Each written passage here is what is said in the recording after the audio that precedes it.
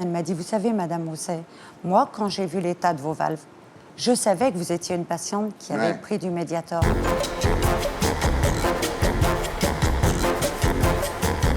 Et nous accueillons notre invité du samedi 20h ce soir, Muriel Rousset. Bonsoir. Alors, Muriel, vous avez pris du Mediator, ce médicament des laboratoires Servier, prescrit au départ aux diabétiques en surcharge pondérale, mais pris par la suite par beaucoup de gens qui désiraient perdre du poids. Résultat, d'après vous, ceci a été la cause de votre opération du cœur en 2007, à l'âge de 39 ans. Et vous dites que votre vie est désormais celle d'une petite vieille. Tout à fait. Mediator, Black Odor du scandale 2010, on en reparle à 20h. Muriel, rebonsoir. Vous êtes née le 11 mai 1966 à Lyon, parent fonctionnaire, employé de mairie. Vous êtes l'aîné d'une famille de 3 enfants et vous vous occupez des 2 petits comme une deuxième maman. Vous êtes donc très bienveillante, dynamique, rieuse. Après le collège, vous voulez rentrer rapidement dans la vie active. Vous faites un BEP de secrétariat administratif. Il faut dire que dès l'âge de 15 ans, vous aviez rencontré votre amour. Tout à fait. À 18 ans, vous vous mariez. Oui, Et à 19 ans, vous êtes déjà maman tout à fait. d'un petit Michael. Un petit Michael. Alors, votre vie professionnelle se passe également très bien. À 20 ans, vous êtes attaché de direction dans une entreprise d'informatique. À 24 ans, vous entrez à la mairie de Lyon. Et à l'âge où la plupart des femmes cherchent l'âme sœur, vous divorcez déjà. Oui. Alors là, vous en avez marre de passer vos journées devant un ordinateur dans un bureau. Vous vous mettez à bosser dans des bars et des restaurants. Et c'est à cette époque que vous rencontrez le père de votre deuxième enfant, à l'époque où vous êtes serveuse dans une discothèque de la banlieue lyonnaise qui s'appelle l'Arc-en-Ciel.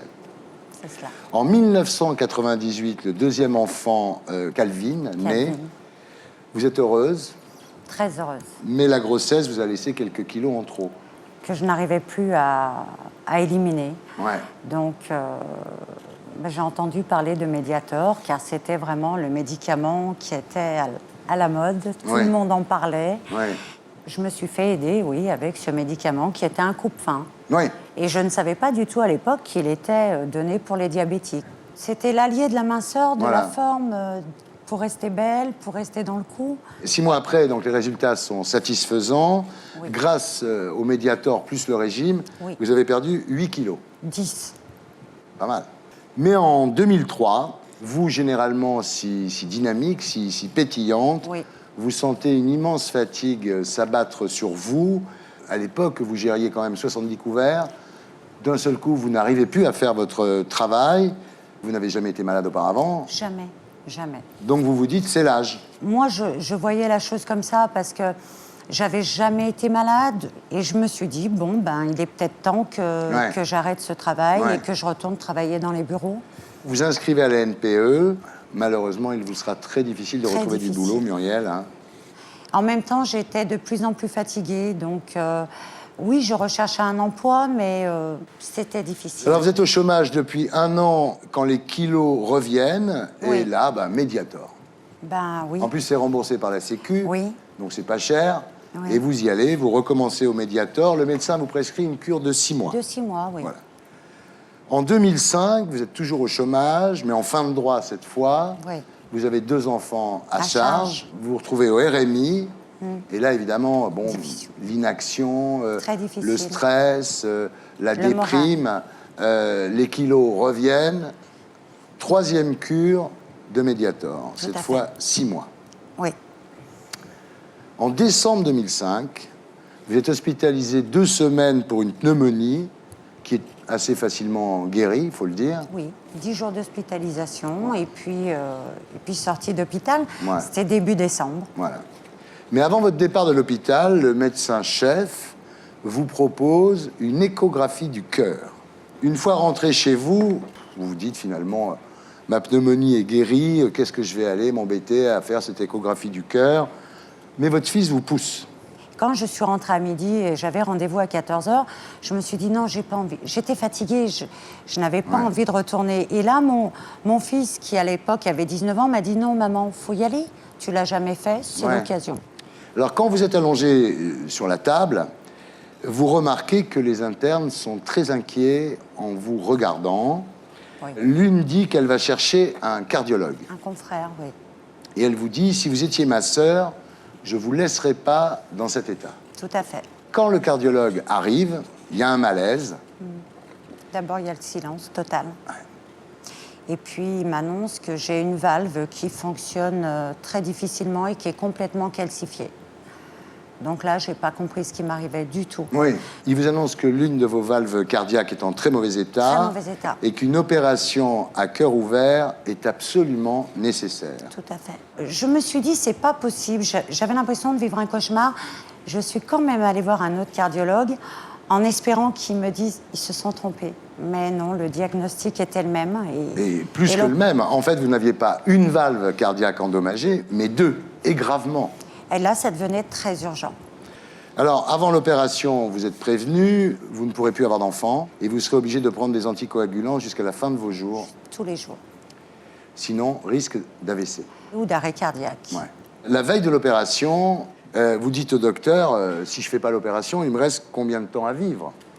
Et il vous dit 2-3 mois, tout au plus. Parce que j'avais envie de reculer un petit peu cette opération, oui. J'avais très peur. Bien sûr. Et quand il m'a annoncé 2 mois, 3 mois et avec plein d'interrogations, je me suis rassise sur le lit, résignée en fait. Ouais. J'avais plus de choix. Alors là, vous embrassez vos enfants un peu comme si vous ne deviez plus jamais les voir. Ça a été très dur de ne pas leur pas leur transmettre ma peur. Ouais. Et j'avais d'ailleurs décidé de ne pas en parler à ma mère parce qu'elle est très émotive. Et en réfléchissant, je me suis dit, non, je n'ai pas le droit de faire ça. Si toutefois je ne me réveille pas, elle m'en aurait voulu. Alors, suite à cette opération à cœur ouvert, vous avez des douleurs absolument intenables dans la cage thoracique. Malgré la morphine. Et le médecin vous dit, parce que lui, il avait vu évidemment l'état des valves cardiaques, il vous dit, madame, vous étiez à 3 semaines d'un arrêt cardiaque massif. Oui. J'aurais pas pu fêter mes 40 ans, en fait. Ouais. Je ne serais pas arrivée à mes 40 ans. Alors là, vous découvrez la peur de mourir, évidemment. La terreur. Parce que les médecins, finalement, ils ont un recul de 20 ans. Alors, je comptais 40, 50, 60. Et après, il se passe quoi? Ah ouais. Et vous savez, j'ai eu très, très peur de mourir. J'étais terrorisée. Même après l'opération, j'ai pleuré des sauts de larmes. Je téléphonais à mes parents, à mes sœurs. Mon seul souci était mes enfants. Promettez-moi que vous ne les laisserez pas. Promettez-moi que vous serez là pour eux. Parce qu'on n'a pas peur pour nous dans ces cas-là. On pense aux gens qu'on aime, surtout. Bien sûr. Évidemment, cette opération vous condamne à l'inaction, ce qui fait que vos kilos reviennent. Et là, 4e cure de Mediator. Et oui, parce que loin de penser que c'était ce médicament qui faisait ces choses-là. Et finalement, c'est en 2009 que vous découvrez le livre de Irène Frachon. Oui. Alors, Irène Frachon, elle est au CHU de Brest. Hein, c'est une dame formidable que j'ai eue au téléphone, qui m'a beaucoup réconfortée, qui m'a dit qu'elle connaissait mes valves, du fait que le chirurgien qui m'avait opéré avec 6 autres personnes avait fait une publication médicale tellement mon cœur était une énigme, l'état de mes valves était une énigme. Et quand j'ai eu au téléphone, elle m'a dit, vous savez, Madame Rousset, moi, quand j'ai vu l'état de vos valves, je savais que vous étiez une patiente qui avait pris du Mediator. À la lecture du livre, vous êtes prise de panique. Là, vous allez sur Internet et vous découvrez que vous n'êtes pas toute seule dans ce cas-là. C'est là que vous prenez conscience, en fait, de l'influence du Mediator sur l'état de vos valves cardiaques. Et vous décidez de porter plainte. Alors, ce qu'il faut dire, c'est qu'entre 1976 et 2009, plus de 500 personnes seraient mortes en France à cause du Mediator. Pourtant, un autre médicament chimiquement proche et du même laboratoire, l'isoméride, avait été retiré du marché en 1997. Alors, les effets néfastes du principe actif du Mediator sur les valves cardiaques ont été démontrés aux USA en 2000. En Suisse, en 1998, il avait été déclaré hautement toxique. En Espagne, en 2003. Donc, est-ce que la vie d'un Suisse ou d'un Espagnol est plus précieuse que la vie d'un Français? Je ne pense pas. Si ce produit avait été retiré en temps voulu, quand Irène Frachon a tiré la sonnette d'alarme Aujourd'hui, je ne serais pas là, je ne Ouais. serais pas malade, je serais quelqu'un de libre, une maman normale. Ouais. Alors aujourd'hui, les autorités sanitaires demandent à tous ceux qui ont pris du Mediator de consulter un médecin, mais ça fait quand même 5 millions de patients. Ça fait beaucoup. Alors, Servier, c'est un laboratoire extrêmement important. C'est le deuxième laboratoire français derrière Sanofi Aventis. Et le propriétaire, Monsieur Servier, a déclaré, en parlant de ce scandale, c'est un bruit médiatique disproportionné. Quand vous entendez ça, vous réagissez comment, Je deviens Myriam ? folle. Je deviens folle parce que tout le monde parle tout le monde en parle, tout le monde s'en mêle, et eux, c'est le silence radio. Donc moi, au jour d'aujourd'hui, si je suis là, c'est s'ils pouvaient me regarder, je leur poserais une question, je leur demanderais si ça avait été leur femme, leur fille, un membre de la famille, ou ne serait-ce qu'un ami, est-ce qu'ils auraient accepté de leur donner ce produit ? Ouais. Non. Non. Et tout ça a été fait pour des raisons économiques, et on ne peut pas accepter ça. On nous a bousillé notre vie. Je ne suis plus libre. Monsieur Mélenchon, Bah, c'était effarant. Mettre un petit bémol sur au moins une chose, tous les médecins n'ont pas prescrit Mediator. Bon, il s'agit d'abord maintenant de prendre des mesures pour que ceux qui sont malades sans le savoir puissent aller se faire soigner dans de bonnes conditions, quelle que soit leur fortune ou leur pas de fortune. Hein. Ça, c'est la première chose. Après, il faut quand même un peu réfléchir, pas comme une chose pareille est possible. Les dirigeants des firmes pharmaceutiques, tout le système qui est en place, qui préfèrent prendre des risques que de perdre de l'argent, et qui pousse à la consommation d'un produit qui est de notoriété publique et dangereux. c'est interdit ailleurs. Est-ce que vous pensez que Servier devrait être entendu par les autorités ? Quand même, il faut bien quand même qu'il assume sa responsabilité, cet homme. Ouais, enfin, pour le moment, lui, il parle à personne. Hein. Silence. Non, mais j'espère au moins qu'il ressent une responsabilité humaine. L'industrie pharmaceutique, c'est quand même une des accumulations de profits les plus fabuleuses du pays. Hein. Ouais. L'autre là-bas, il a encore sa belle vie devant lui. Les gens qui ont été pris dans cette histoire, c'est terminé. Il faut les toucher là où ça leur fait mal à eux. Alors je vais faire Et c'est le pognon, mon c'est tout. cantonat. Quand vous achetez des médicaments, si vous voyez Servier à médicament égal, achetez l'autre. Ouais. Non, mais il faut déjà les mettre à la taxe.